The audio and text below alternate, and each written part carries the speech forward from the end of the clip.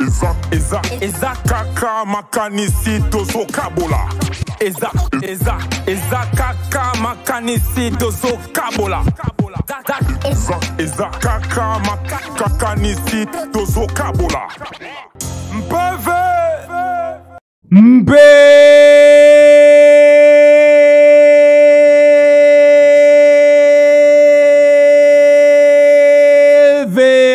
PV hip hop, PV hip hop yangoyo émission bostepe la kolanda PV hip hop émission oyo et ya pona kotelemisa mouvement hip hop ya Congo place moi pongi moi qui dit ba elinga qui écoute ensemble nanga moko et boka style moko parmi ba ninga na PV hip hop ya lelo ba vraiment solo oh to la rabino toujours comme nabo mesano.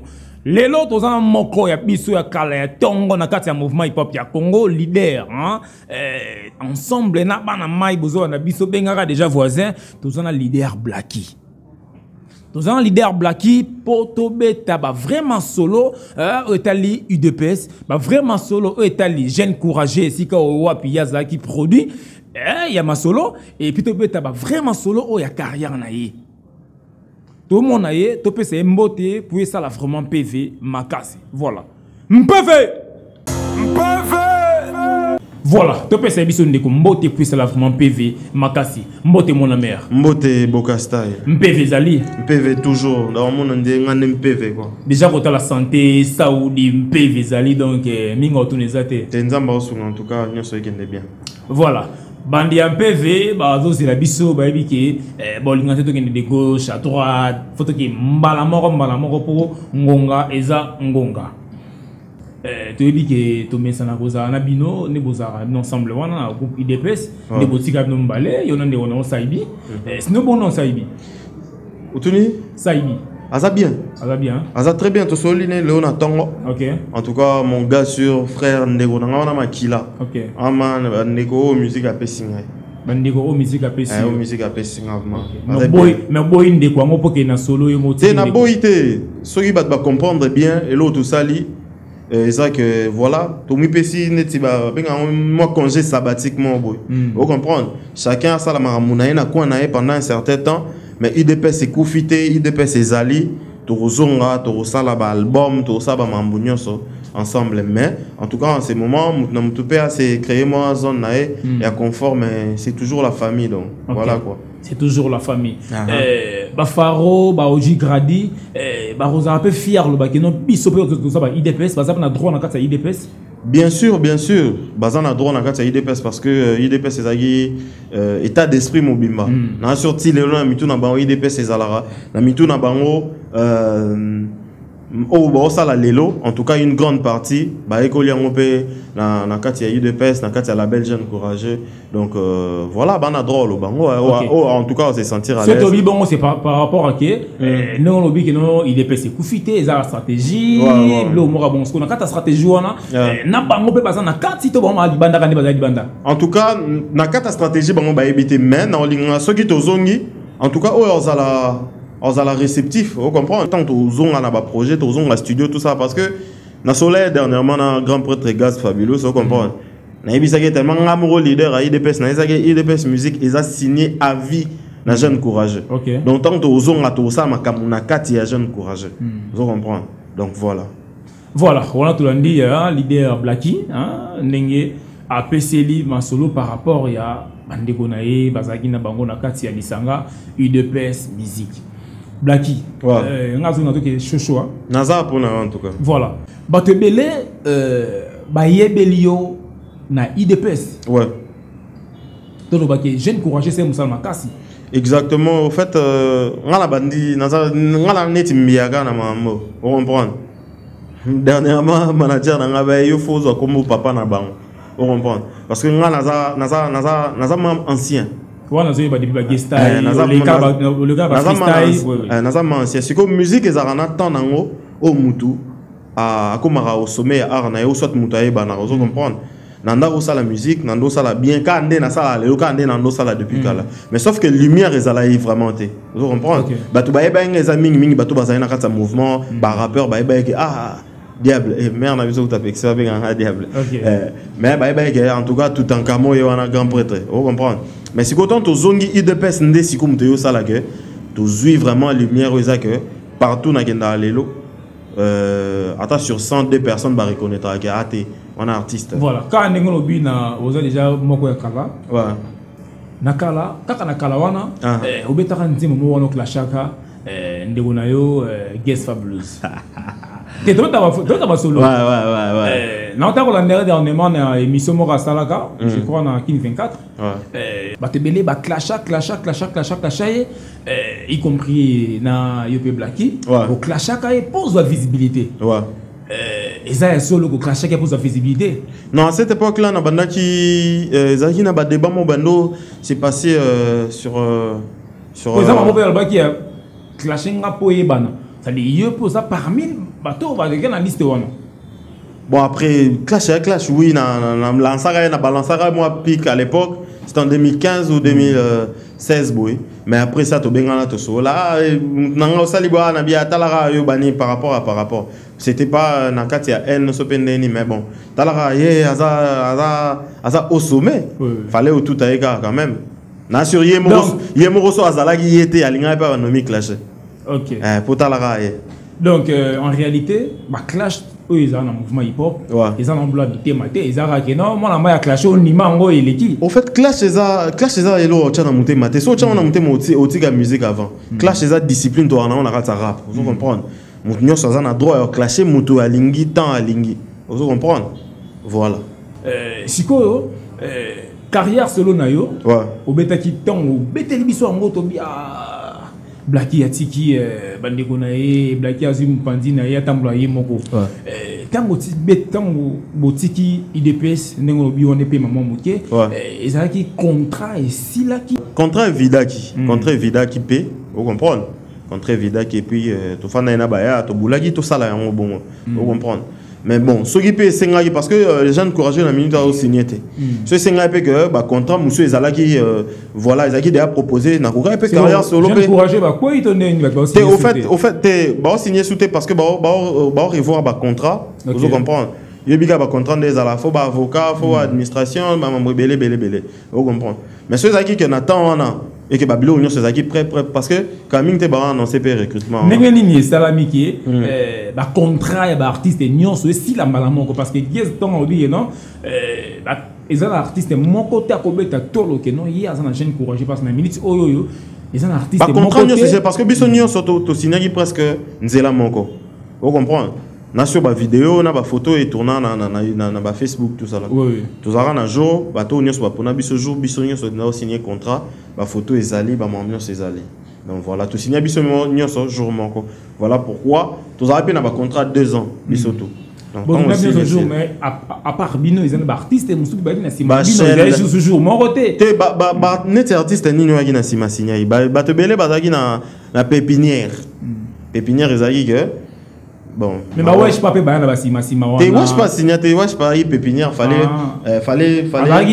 approuver ba membre belé pour que tu en équipe mais tellement que c'est un pote c'est un ami de très longue date aussi par respect et on mona qui azagi mingi na biso to on traîner ensemble tu vois mais c'est des personnes oyo des yemoko ils voulaient tu vois ils voulaient faire partie il y a la belle jeune courageux ayaki en tout cas to sola qui ba mambion c'est ça qui carré fala zala na kati mais bon après voilà comme je pense que place à Zaza Mkola et Mambo à Osala. Voilà avant de continuer dans ces pays là bandi un peu de la sauce biso to le moi qui est trop peu et ça malamu avant de compter dans ma solo et ba freestyle et ba zéro dans ces pays là bâti la biso pena nous instrumental moko comme ça au kamula so pour kamuli pété au cas où na biso to tumbao mais so kamuli et ça peut bien comme ça pour to beta ba vraiment solo ce bien il y a ma solo ou ba baziro aujourd'hui la mikolo to ke ngande papa na bango voilà et voyez bana yo loko za papa na bango kuna rebo maman na bango donc en tout cas musique ngo ka boy ya bambo te belé na voilà génial Ribin Kanema c'est ça business instrumental moko comme ça tout c'est la quoi Mpave blague IDPS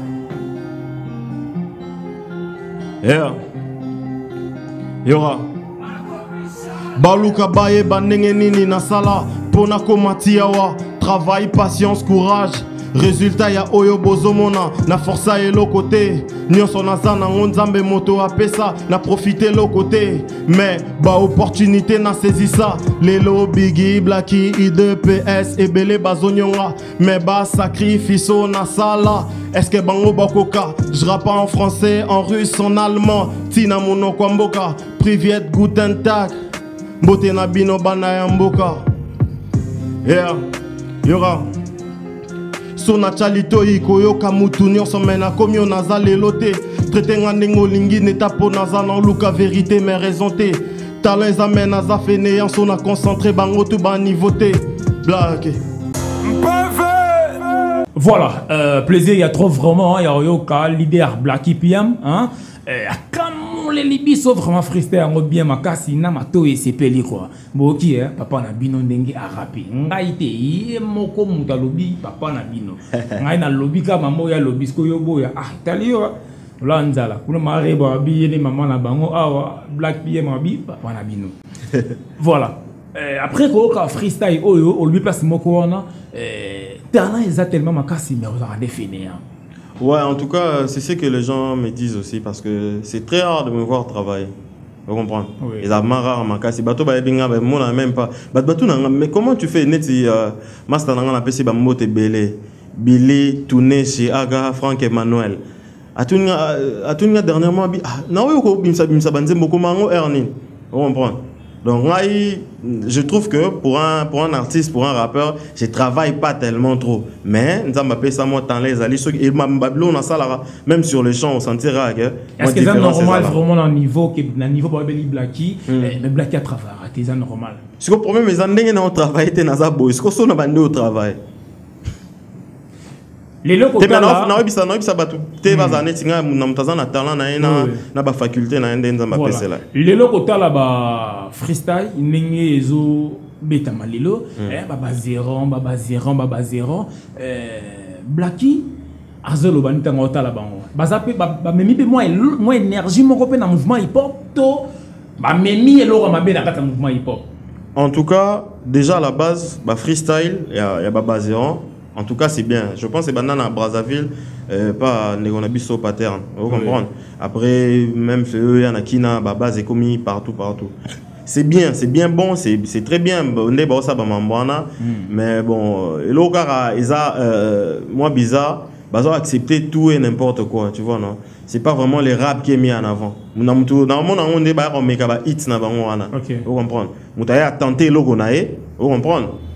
Tout ça là. Mais sinon, baba negonabiso force na bango, voilà quoi. Voilà, force na bino ka ndenge Blacky PM à lobby. Et puis na cha salam na petit na KCM na Kim Baby.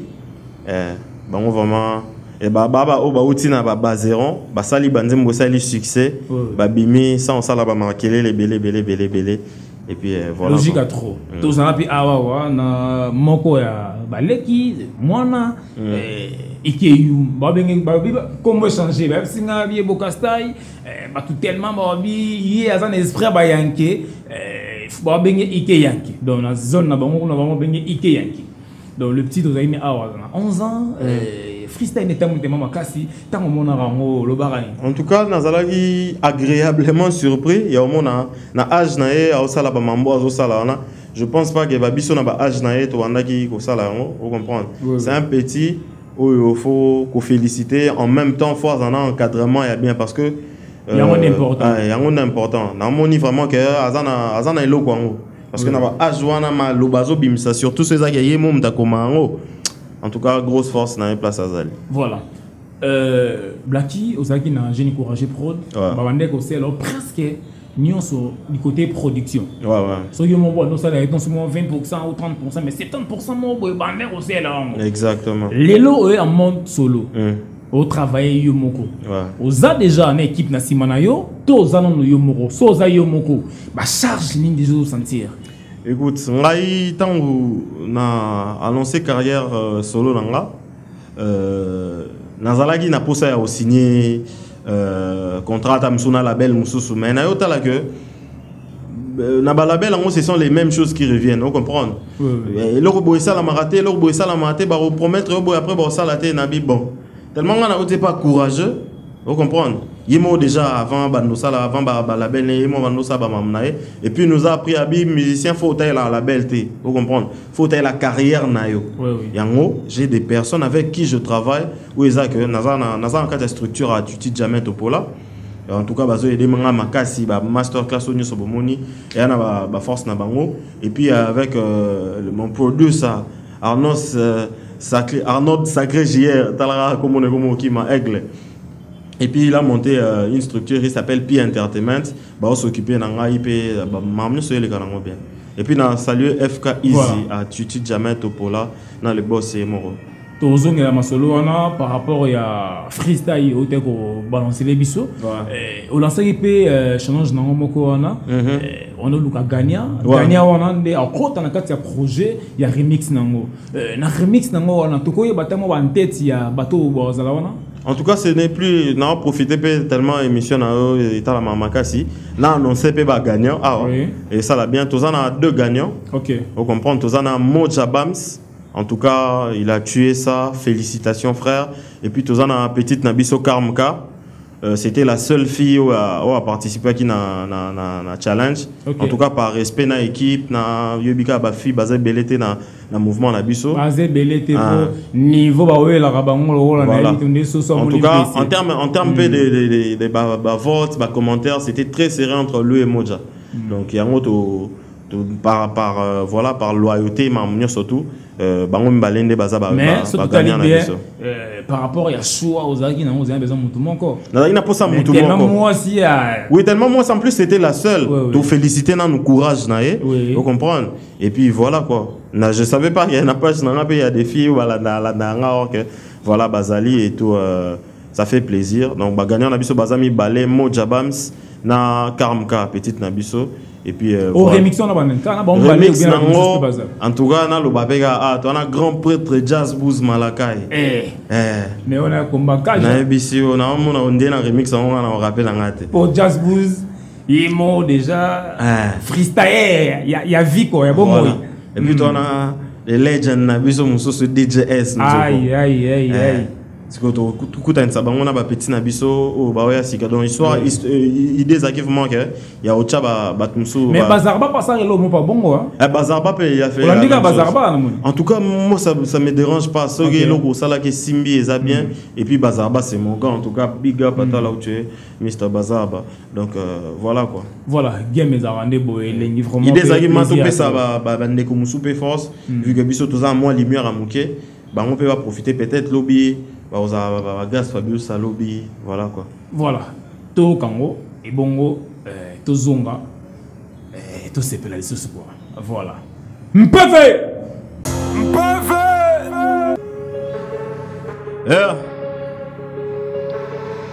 blague yoga Nana posa ko ganga te pondima que nara paka bien na créanzela bana balande zo salanga bien Kongo yebi Blacky Kongo yebi idepes Kongo yebi que son biso rappeling yo zalana baisse bon critiquer bon finga bon ton et loi nature mais on frappé fort neti singila c'est ma nature nas ancien nas nouveau et puis ngamoko futur bon ignorer nga awa mon vrai bon luka featuring na meilleur té moi je suis la perfection du rap et puis Chalito il bien sentir que ça moi différent na assumer son ayebi échec te kakaba le sang non s'attacher mingité j'ai horreur de la déception toujours en attaque au tché en onde vision ko me les akopola lena bimisi munition soto bebana koyate j'ai pas besoin des hypocrites gentillesse certaine dans la qui nous car pas dentiste avion décollé déjà trop tard pas besoin de ton avis mambo bang ezate pour il est temps d'affronter le risque toujours meilleur atana kangi misuba au rapété na simbi toro na macheke ndima na o l'acheter parler derrière mon dos les synonymes y a l'acheter non blessé na bamo donc pas besoin de m'acheter bolingo eza bien mais ayonde ka ba olingate awa trucage até et ayonde bi au rapété na o salango bien avec beaucoup de facilité coco manetinga talent bakisi quelques années 2023 on a bombi bah surprise et belé. Un gros projet en solo, mais en vrai on a quitté groupe T. Merci à ceux qui soutiennent et c'est là qui vont soutenir. Ici y a pas de déception, restez connectés pour la suite. Blague. Voilà, PVI pas vraiment les gars trop. Ngane bera qui au proposer les bisous playback, mais au cramolien moi ce qu'on a moi semi. Ouais. Instrumentaire ma pour lélé au backup au nini tout exacté vide. Ouais. Facilité on a rappel rebelle. Au fait rap les années sport et c'est un hermon qu'on performera. Mais tout ça là dans studio, photo ramener on a na live et puis bah comprendre que en tout cas c'est vraiment lui dans ça la gagne. Après studio ça aura toujours maison et ça au Kangama comprendre. Nakati moi retouche Kozala, moi paye mes Kozala. Tolingato bimi sa perfection ya nzemo parce que mutu soit tien amateur ah est-ce que ça qui to connaît total la lelo concert rebelle à hip hop et commence au KI pour kata mudata semi live comme un problème donc bah playback et c'est vraiment normal vraiment.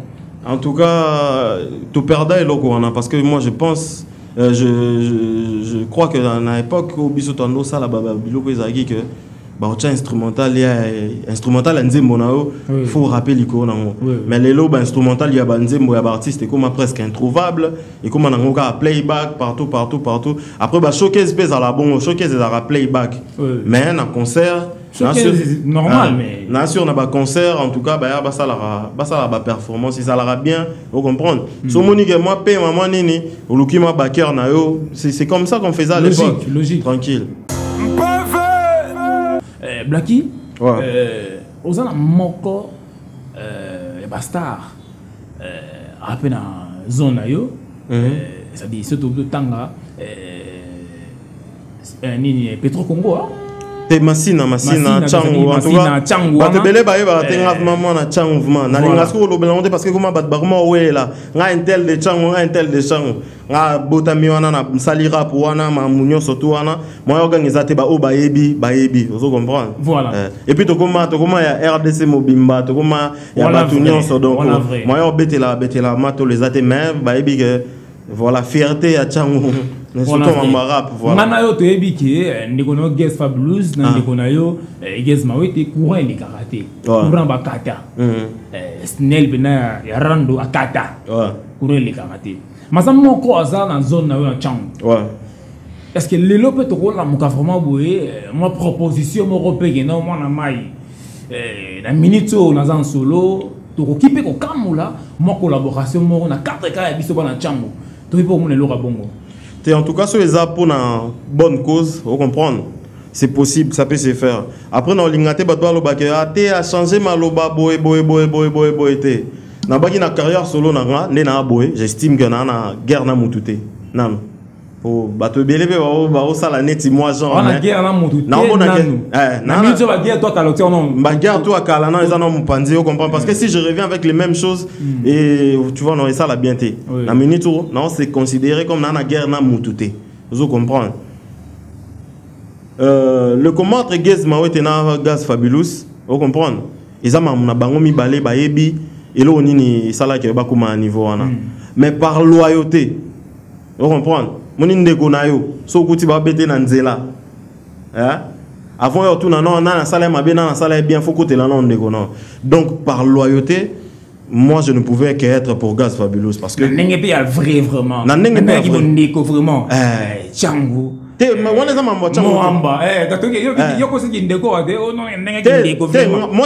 je traîne jusqu'aujourd'hui, je traîne avec Gaz Fabulous, tu vois non. Gaz Fabulous c'est mon frère, Gaz Fabulous c'est lui qui m'a produit, Gaz Fabulous c'est une d'Asali que voilà, le loï de pèse mambo et Fandi bah comment reconnaître peneti grand artiste à Moka, vous comprenez. Voilà, je ne pouvais être que pour Gaz Fabulous. Et puis, j'assume ma propos dans on a tena sur Gaz Mawete, vous comprenez. Je l'ai dit, c'était, voilà, je voulais, vous comprenez. Mais en ce moment, moi, je n'ai aucun problème avec personne, vous comprenez. C'est ça que va proposer le moment pour une bonne cause. En tout cas, on est là, on peut travailler. Lelo, Blacky, même là, par exemple, les Zozo. En tout cas, c'est le Zozo. Il faut que pour bomber trop dans l'IDPS. Au fait, tu as forcé amitié. Tu as forcé amitié. Je pense que tout a bien dit, tout a la à ça la tu vois, mutalingi mabe pour na muninga azate, mutalingi liwa pour na muninga azate, to matara mouvement na biso. C'est le côté là que un peu arrive à banda qui va comme parti politique. Malgré définition dans les amas Binope IDPS définition dans les amas makamusus. Nous les groupes ami balé ya koya na ba combo parti politique mais définition ça makamusus. Les alités tobi parti politique. Côté là IDPS côté ngoyaki ba tout bando ba toujours que non IDPS na ba ko ça Panzi di Kolo na bande d'abord un peu. Panzi di Kolo na et tsami ti esili. Et ça qui distraction toloba to dira passage normal tsambeli to kende. Je dirais que c'est un passage normal. Nous on avait besoin de prouver le rap, vous comprenez parce que voilà, ça fait 3 ans que Batu Bosso c'est là-bas au rap basé la UDPS Abimisanzembo parce que tu rapparas vraiment que rap est ça. Tine to bandi tine to sali na sur banzemo ba show et peut-être mi balé ou bien mi ça tout. Non, on voulait que zongi ça vraiment rap, vous comprenez, bah groupe ya rap que 2 3 4 personnes ba sangana ba sali makambo et puis c'est des rappeurs, tu vois. Donc voilà, né singa na emba mais na utiliser trop côté chant na ngate na kati ya UDPS parce qu'on voulait vraiment rapper parce que moi-même je trouvais qu'il y avait pas vraiment le vrai rap pour la génération au Hollande, vous comprenez, bateau ba rap ba ebi que voilà bande qu'on a biso na UDPS ba rapara vraiment. Voilà. C'était vraiment ça le but. Et puis moi je suis fier de gagner Paris na biso tant to yé. Après biso yo moni vague ya ba groupe ba palo ba afdel ba la muka musique ba PPRD musique donc tout ça là c'est grâce voilà donc tout ça là c'est grâce ya ba biso auto so qui boule to bi bon malgré bat cha concurrence to yenano opposition mais batango pe to ya landa biso pe na mona ba petit belé ba ya ba petit musu pour associer mutu bola moya lo bango zate ba petit musu ba yebi ba ya ka bazo basket banini mais o yo tale ya o te nini yo musique abandi pour lo ba pe neti moi genre bon ils aiment musique qui n'a toujours bongo non c'est la moi 3e freestyle pour le droit que nabiso pour nous chuter na PV nabiso mon dernier freestyle peut ça bien toi quand même na Blacky il faut c'est là quand même parce que ça mon ya ba freestyle ya mboko voilà PV blague. Yeah. Yo. Depuis que je chante, ils disent que je peurerai pas. J'ai talent qui n'en même pas. Mais compare pas pour ces rappeurs, je suis le papa. Ces bâtards ne font pas le poids. Rappeurs comme moi, je te jure, tu ne trouveras pas. Bah non, tu ne trouveras pas. Je suis les meilleurs. Ramène ton favori. En fit ou bien en freestyle. Eh, tu connais pas, je te connais pas non plus. Donc tu ferais mieux de fermer ton cul. Tu suis de beat de gauche et à droite. Donc compte pas sur moi pour te faire la bise. Cher trop moi, tu es vulgaire aussi. Je fais du sale et je suis propre aussi. Kounia mama beno, tu connais déjà que je suis impoli. À ce qui paraît, tu me cherches, trouve-moi sur le corner. Tu veux un tête à tête, trouve-moi sur le corner. À ce qui paraît, tu me cherches, trouve-moi sur le corner. Tu veux un tête à tête, trouve-moi sur le corner. Je vais te niquer ta mère et ta père et ta progéniture. Moi je m'en bats les reins. J'ai déjà craché mais fais pas de bisous. Je m'en bats les reins, bébé. Blacky. Ouais. Kaka awa. Ozara wana tokoto. Je pense que Mimi Nazara. Au moins, on a rappelé en français, moi ça va. Voilà. Oui, on va rappeler en français. Yo ça partout. Ah, merci beaucoup. Ozara wana. Ça y est, Zaka awa. Bolobarelo, mon quoi, tout ça va tout mettre, zoki ça va tout mamber. Obenga, Youssoufa, jeune, talent. Et ça là quand on par rapport à IDPS. To lelo Blacky en monde solo le bageno te on a kulut na biso isa rapport et puis Samuel maman Youssoufa ils ont gagné sous. Au fait le problème c'est que à l'époque tu vois non il y avait une guerre entre nous et l'autre groupe Place à Saleh featuring vous comprenez on était en pleine promotion tu vois non et puis voilà oui comme la guerre tu vois non on a changé à Malobate. J'assume mes propos, il y a Mamounio sur Nalobaki sur Youssoufa jeune talent. J'assume tout ce que j'avais dit. J'assume tout. Mais Ndega Nabi a un problème où tout est dans la carrière solo. On reconnaît quand même que Youssoupha il a fait des trucs en France, Mambo Belé, tout ça là. Et puis il faut bapper ça bisopé par rappeur auto zarana bled a auto souffra a poto yebana a bapper ça bisopé moi valeur mon beau. Vous comprenez? Youssoupha c'est bon mais il a plus fait pour le rap français que pour le rap congolais. J'ai jamais dit que Youssoupha était nul. Jeune talent. Non, après, voilà, c'était une façon.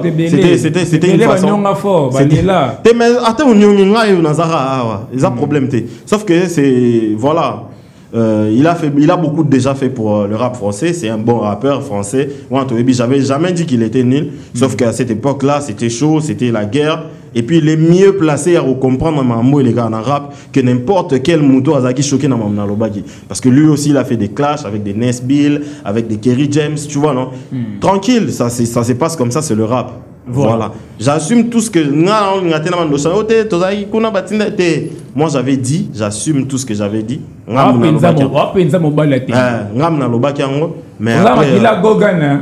Mais on a fait donc voilà, nana pour ça changer à mais voilà, c'est un bon rappeur, c'est un excellent rappeur même. J'avais pas dit qu'il était nul, sauf que voilà, à cette époque-là, nous on était en guerre, où t'es mis place à ma baie aux humains balles par rapport à Game Ghanais. Voilà. Voilà. N'a dit que bah il y a un PV, bah c'est Felipe, on mais c'est la race, c'est Pelipo, ils ont un PV. Ah, ils ont un bon tribune, il y a un PV. Ah, donc il y a un boy. So, on se fait là, on peut tes problèmes, na yo. Pour tout ça, la TPO c'est la paix quand même, tout ça, quand même. Le roi de Chine, biso, moi des conseils, attends, moi battu balé, et ça la moi bien. Au plus, ça moi conseil. Naibiki. Azamoko na bino, ça va traîner peine puis tant tous bas côté, tous moi bien, mais oui, parce qu'on a talent. Tout le monde peut se faire moi toli et ça vraiment bien ma casse. Il y a des bosses zali kaka micmac bali non aïe. On a fait dans la couper ça va toli na va fait bon mais ils en ont bien. Ma bête. Moi na mukia beta kambonda ba kolope ba bina kapo bangonde ba la kisa yé et le lengue à gobete là. Yo sikozo pe c'est toli tant que micmac un bon rappeur. Au tali carrière à micmac. Au tête on se koto azola la koto faut la ala muka et ça malam o ebisia zo kao. En tout cas micmac G grand prêtre king kane babingae conseil non peut ça que allons on a zone de confort na yo ba bien arabe game on a king arabe game l'homme a changé à l'époque c'est Zaki babango ba te belé aujourd'hui toi babiso ba impère ba gas fabuleux vous comprendre ba bimi ba luka ba kota vous comprendre ba s'adapter na lokolo o ba to ba oyo kana minute vous comprendre parce que micmac c'est un talent ba luka ba kota na lokolo ba oyo ka mikolo vous comprendre. C'est vrai, bah, à l'époque, tant que qui au top, on comprend parce que c'est une autre génération. Tous les chance on a été mais les obiso tous ouvert, net nga ouvert, se fait nga benga na projet na okende, to pe ça fort parce que en ce moment ba yoka biso. Ils a été que oté dans ça la sope qui n'était. Na minute ba ebi rap congolais ou bango ba yoka. Tu vois non?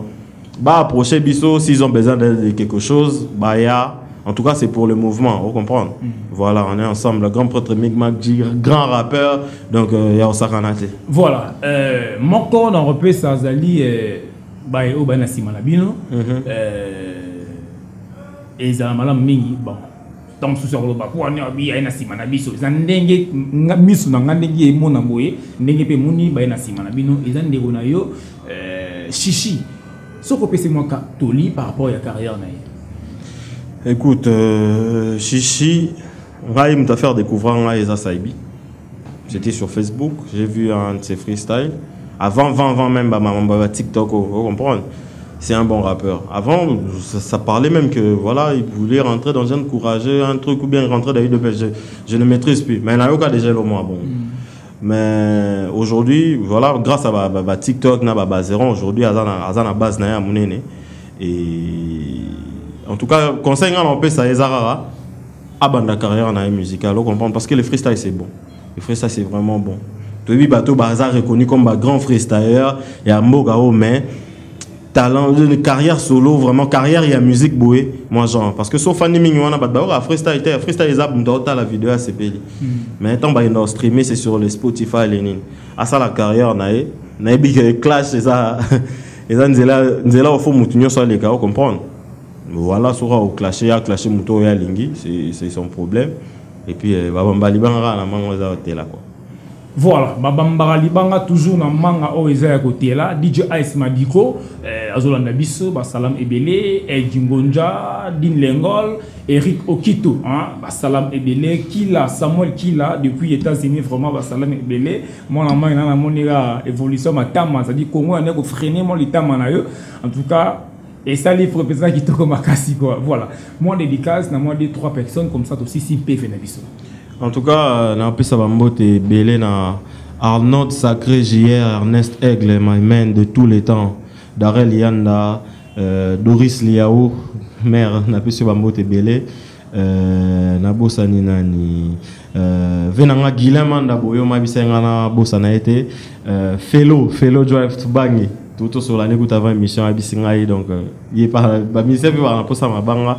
En tout cas, je salue tout le monde. Sur Batali Bisso, on est ensemble. Merci pour le soutien, merci pour la force. On est là, on va faire des grandes choses. Voilà, moi contact vous allez pas à Blacky, bien à Facebook. En tout cas, IDP c'est côté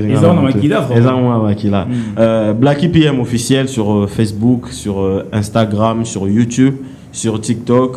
Et le numéro du management c'est les 099 56 58 525 plus 243 99 56 58 525. Vous voulez un partenariat, on travaille avec tout le monde.